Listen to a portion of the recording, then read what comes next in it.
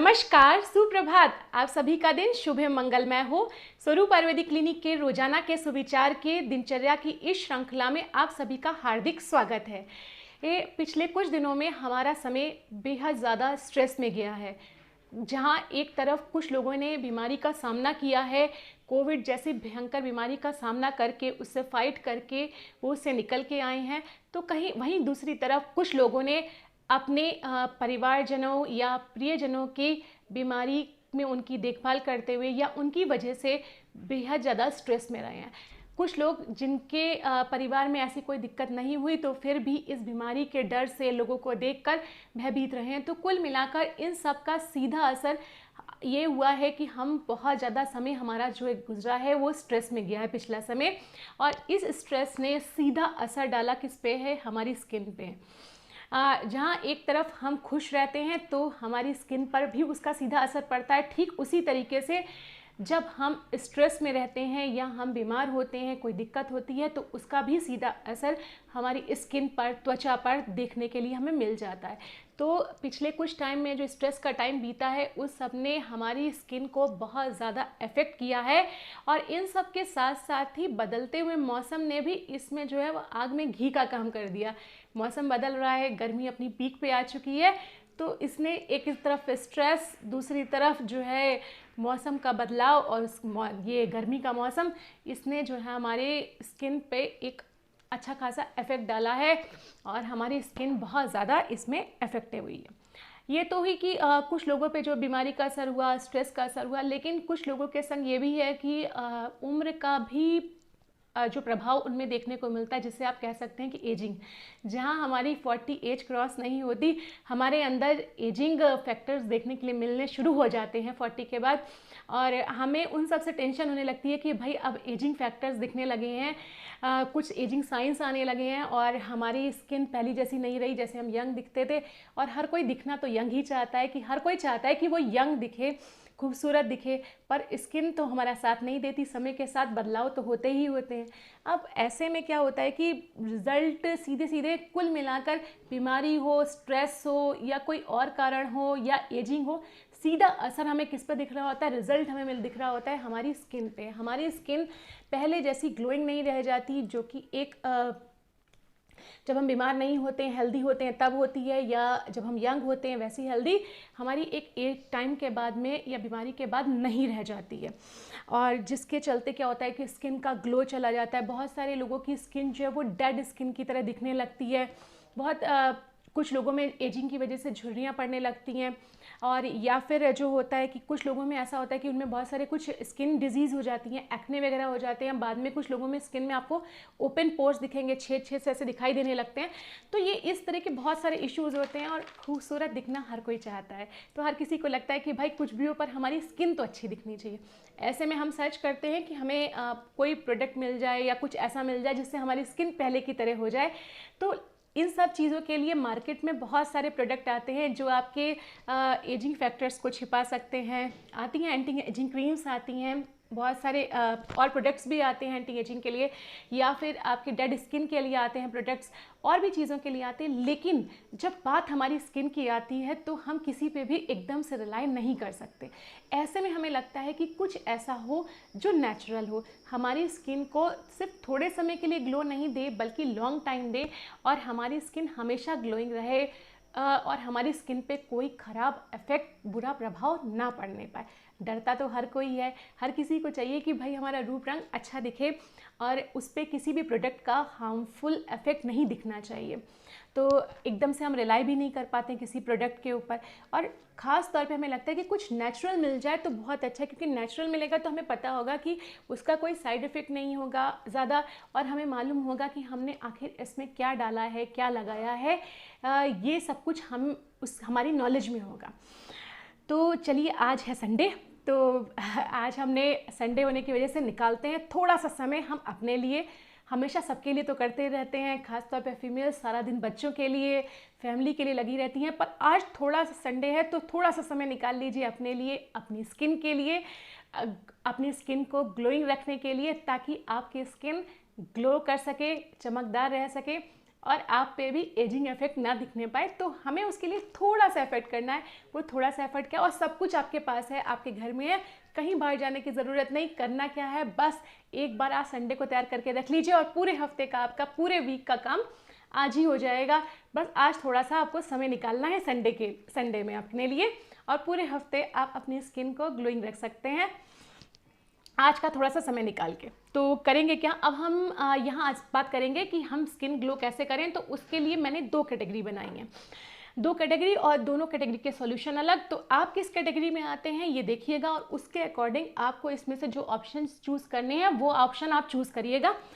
इसमें जो 2 कैटेगरी हैं, उसमें पहली कैटेगरी में आता है कि यदि आपकी स्किन पे पिगमेंटेशन है, आपने देखा होगा बहुत सारे लोगों के पिगमेंट्स जैसे पड़े रहते हैं, ब्राउन ब्राउन स्पॉट्स जैसे पड़े रहते हैं, या स्कार्स होते हैं, किसी चीज़ का दाग पड़ा होता है, दाग धब्बे होते हैं स्किन पे, या फिर स्किन का कॉम्प्लेक्शन पहले की अपेक्षा बहुत डल हो गया है, एक जैसा पहले था वैसा ग्लो जैसा नहीं दिखता, या फिर आपकी स्किन ड्राई हो गई है, और या फिर आपके एजिंग फैक्टर शुरू हो गए हैं, आपने 40-45 क्रॉस करने लग गए हैं, और एजिंग जो साइंस होते हैं, मुरझाना, स्किन का लूज़ होना, इस तरह की चीज़ें दिखने लग गई हैं। तो मैंने क्या बताया पहली कैटेगरी में आपकी, कि पहली कैटेगरी में यदि आपके स्किन पर पिगमेंटेशन है, दाग वगैरह, स्कार्स हैं, कोई दाग वगैरह हैं, या फिर आपका कॉम्प्लेक्शन डल हो गया है, स्किन आपकी ड्राई हो गई है, बहुत रूखी रहती है, और या फिर आपको एजिंग साइंस दिखने लग गए हैं, ये तो आप आते हैं पहली कैटेगरी में।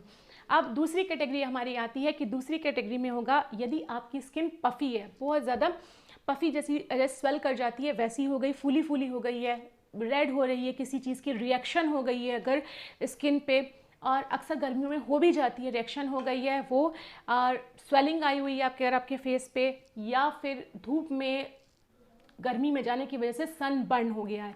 दूसरी कैटेगरी क्या हुई, स्किन पफ़ी है, फूली हुई है, रेड हो गई है, स्वेलिंग है, और या फिर सन बर्न हुई है, जब हम धूप में निकल जाते हैं और स्किन हमारी धूप से जल जाती है, सन बर्न के साइन दिखने लगते हैं, वो हो गया। तो ये आप आते हैं दूसरी कैटेगरी में। अब दोनों कैटेगरी का ट्रीटमेंट चीज़ें अलग हैं, आपको दोनों कैटेगरी में क्या क्या करना है ध्यान से सुनिएगा। अब आपको 2 तरह के यहाँ पे क्यूब्स बनाने हैं। क्यूब्स का मतलब आइस क्यूब जैसे बनाते हैं भाई। अब गर्मी का मौसम है तो फ्रिज तो हमारे यहाँ सबके चल रहा है, नॉर्मली बर्फ़ भी जमा रहे होंगे, आइस भी यूज़ कर रहे होंगे, बट हम यहाँ खाने के लिए बर्फ़ यूज़ नहीं करेंगे, अब हम लगाने के लिए करेंगे। और किस चीज़ की लगाएंगे ये देखते हैं। 2 क्यूब्स बनाने हैं। तो जो पहली कैटेगरी वाले हैं वो ध्यान से सुनिए, जिनको स्किन पे पिगमेंटेशन था, कॉम्प्लेक्शन डल हो गया था, स्किन ड्राई हो गई थी, या फिर एजिंग फैक्टर्स थे, तो उन लोगों के लिए क्या उपाय है भाई। आपके घर में पपाया तो होगा, पपीता तो आ ही रहा होगा, इस समय बहुत आसानी से आ रहा है, हर जगह मिल रहा है, ले आइए एक छोटा सा पपीता, और हो सकता है रखा भी होगा फ्रिज में, तो अभी निकालिए पपीते का एक छोटा सा पीस निकालिएगा, छोटा सा पीस निकालिए, उसे पील करिए, छील लीजिए, छीलने के बाद छोटे छोटे पीसेस करके मिक्सी के जार में डालिए और उसका पल्प बना लीजिए। क्या करना है, आपको लेना है पपाया यानी पपीते का एक छोटा सा पीस, उसको पील करना है, छीलना है, छीलने के बाद मिक्सी के जार में डाल के उसका पल्प बना लेना है। देखिए मैं आपको यहाँ दिखा रही हूँ, ये इस तरीके का पल्प बन जाएगा। बस एक छोटे से पीस पपीते का मैंने ये पल्प बना लिया है। और एलोवेरा वो तो आपके घर पे लगा ही लगा होगा, नहीं लगा है कोई चिंता की बात नहीं, घर के बाहर पार्क में या आसपास सभी जगह एलोवेरा मिल जाता है, कहीं भी मिल जाता है। जाइए एक एलोवेरा तोड़ लाइए, एलोवेरा को छीलिए, छील के उसके अंदर के जो पार्ट होता है, उसका पल्प होता है, उसे निकाल लीजिए। देखिए हाथ से निकल जाता है, खाली आपको नाइफ से छीलना है एलोवेरा को। उसके अंदर का देखिए ये वाइट कलर का पल्प निकल गया। अब करना क्या है, पहली कैटेगरी वाले सुन रहे हैं ना ध्यान से। अब आपको ये लेना है पपाया एक भाग, उसका 1/3 1/3 हिस्सा आपको लेना है एलोवेरा। दोनों को आपको इसमें मिक्स कर देना है। मिक्स करिए, स्पून से हिलाइए, ना हिले तो एक बार मिक्सी में चला लीजिए, एक मिक्सचर जैसा बना लीजिए। बनाने के बाद आपकी फ्रीज़र की बात कर रही हूँ, फ्रिज की बात नहीं कर रही हूँ। फ्रिज में जो फ्रीज़र होता है, आइस जमने वाला पार्ट होता है, उसकी जो आइस क्यूब वाली ट्रे आती है नॉर्मली, वो आइस क्यूब वाली ट्रे लीजिए। वो ट्रे लेकर आप उसमें जो ये मिक्सर बनाया हुआ है आपने, दोनों का एलोवेरा 1/3 और 1 पार्ट पपाया पल्प, इनको उसमें क्यूब वाले जो फ्रेम है उसके अंदर डाल दीजिए और फ्रीज़र के अंदर लगा दीजिए। बस 3 से 4 घंटे वेट करिए, आपके क्यूब्स तैयार हो जाएंगे और रेडी है आपका बनाने के लिए। ये तो हो गया। आपको करना क्या है, और साथ में आपको एक लेप तैयार करना है। उस लेप के लिए अगर मिल जाए तो, नहीं लेप मिलता कुछ मत करिए, परेशान होने की ज़रूरत है। आप इतना भी कर लेंगे तो भी बहुत है।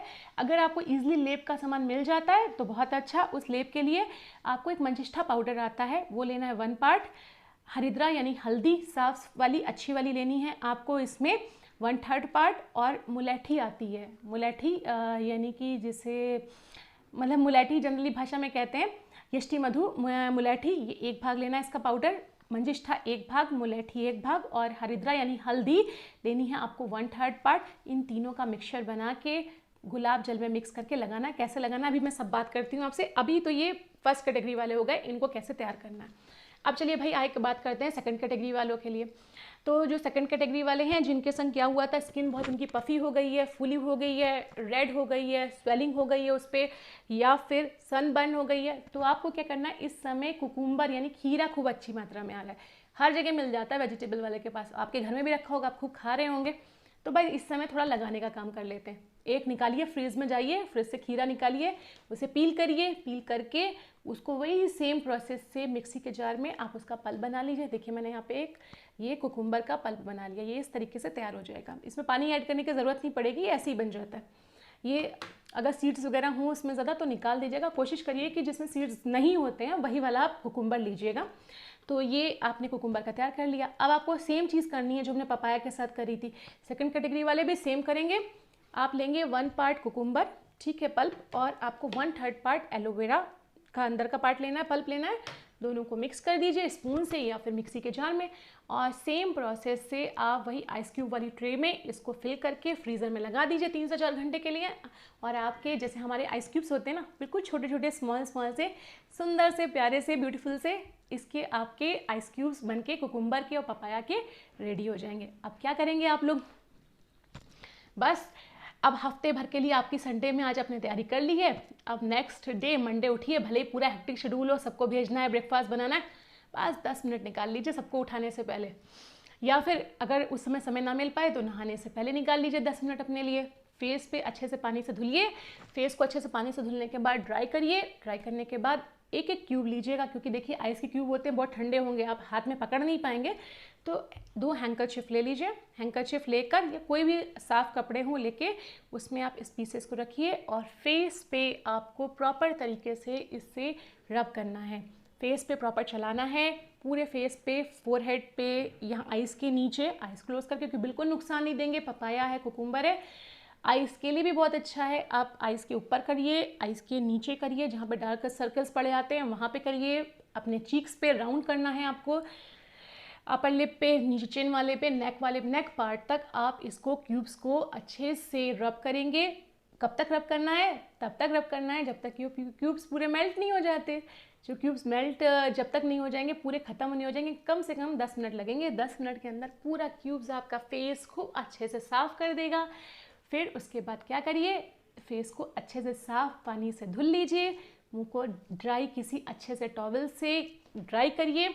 ड्राई करने के बाद आपको क्या करना है, जो मैं आपको लेप बताया था, किसका, मंजिष्ठा वाला, पपाया वालों की कैटेगरी के लिए बता रही हूँ मैं, मंजिष्ठा, हरिद्रा और मुलैठी, इसका जो लेप है वो आप गुलाब जल में मिक्स करके, गुलाब जल रहता ही रोज़ वाटर हमारे घर में, वो ले लीजिए, ना हो तो सिंपल पानी में मिक्स करके एक लेप बनाकर वो फेस पे लगा दीजिए। देखिए लेप लगाने का एक नियम होता है कि लेप को बिल्कुल पूरी तरीके से वो क्रैकिंग जैसा ड्राई होने लगे तब तक नहीं करना है, और लेप गीला हो तब नहीं उतारना है। जब वो मीडियम कैटेगरी में हो तभी उसे उतार दीजिएगा। दूसरी चीज़, आपने लेप अभी घोल के रख लिया और आप सोच रहे हैं कल भी वही घुले हुए को थोड़ा सा और पानी डाल के घोल लेंगे, तो ये मत करिएगा। हर दिन आपको जितना लेप यूज़ करना हो उतना ही पानी डाल के घोलिएगा या रोज़ वाटर डाल के घोलिएगा और उस लेप का यूज़ करिएगा। बस जब अब सूख जाए तो लेप उतार दीजिए। और नहीं भी लेप लगाते हैं तो आप आइस क्यूब भी यूज़ कर लेंगे ना अगर डेली, तो आप बताइएगा एक हफ्ते बाद मुझे मेरे कमेंट सेक्शन में जाके कि अगर आपने यूज़ किया है 1 हफ्ते या 2-3 दिन भी यूज़ किया, तो आपके फेस पे जो छोटे छोटे से दाने भी हो रहे हैं ना, या हल्के हल्के से आपको लग रहा था इचिंग हो रही थी, दाने हो रहे थे, गर्मी की वजह से, सारा दिन किचन में काम करने की वजह से दिक्कतें हो रही थी, सब पूरी ख़त्म हो जाएंगी, पूरा फेस साफ़ हो जाएगा। एक बार सुबह में क्यूब यूज़ कर लीजिए, एक बार शाम में कर लीजिए, आपका देखिए काम कितना अच्छा हो जाता है, फेस बिल्कुल ग्लो करने लग जाएगा। और लोग आपसे पूछेंगे कि आखिर आज आप कल यूज़ कर क्या रहे हैं, क्या लगा रहे हैं आप फेस पे, कहाँ पार्लर होके आ रहे हैं जितना फेस ग्लो कर रहा है। ये तो पहली कैटेगरी वाले हो गए। अब हम बात करते हैं दूसरी कैटेगरी वाले, जिनको मैंने बताया था पफी स्किन होगी या फिर जिनके सनबर्न हो गया है, स्वेलिंग आ गई है, रेडनेस है, तो वो तो कुकुम्बर वाले वह सेम तरीके से लेंगे। मॉर्निंग में कर लीजिए। अगर आपका फेस, आपको लगता है दिन भर काम करने के बाद किचन में बहुत ज़्यादा ऐसा हो रहा है, या बाहर से आप जॉब करके आए हैं, काम करके आए हैं, स्किन आपकी बहुत मुरझाई जैसी हो रही है, तो एक बार इवनिंग में कर लीजिए, बस शाम के समय कर लीजिए। बाहर से आने के बाद फेस धुलिए और क्यूब्स लगा के अच्छे से रब करिए, फेस क्लीन करिए, पूरा फेस क्लीन हो जाएगा। देन लेप लगाना। अब जो ये दूसरी कैटेगरी वाले हैं, इनको जो लेप लगाना है उसमें थोड़ा सा चेंज है। मंजिष्ठा बिल्कुल वैसे ही लेना है आपको, हरिद्रा यानी हल्दी भी वैसे ही लेनी है, बस यहाँ पर आपको मुलेठी की जगह लेना है उशीर। उशीर एक आता है, ये आपको लेना होगा। अगर मिल जाए तो ठीक है, नहीं मिलता तो आप मंजिष्ठा हरिद्रा का लेप भी लगा सकते हैं, और नहीं कुछ लगाएंगे तो भी क्यूब्स भी काम करेंगे, अपने आप में सफिशिएंट है। बस दोनों टाइम या एक टाइम भी फेस क्लीन कर लीजिए इससे, फिर आप देखिए कि फेस क्या सा ग्लो वाला होता है। लोग कहेंगे कि रोज़ फेशियल करा रहे हैं क्या आप कहीं से, बिल्कुल ग्लो करने लगेगा।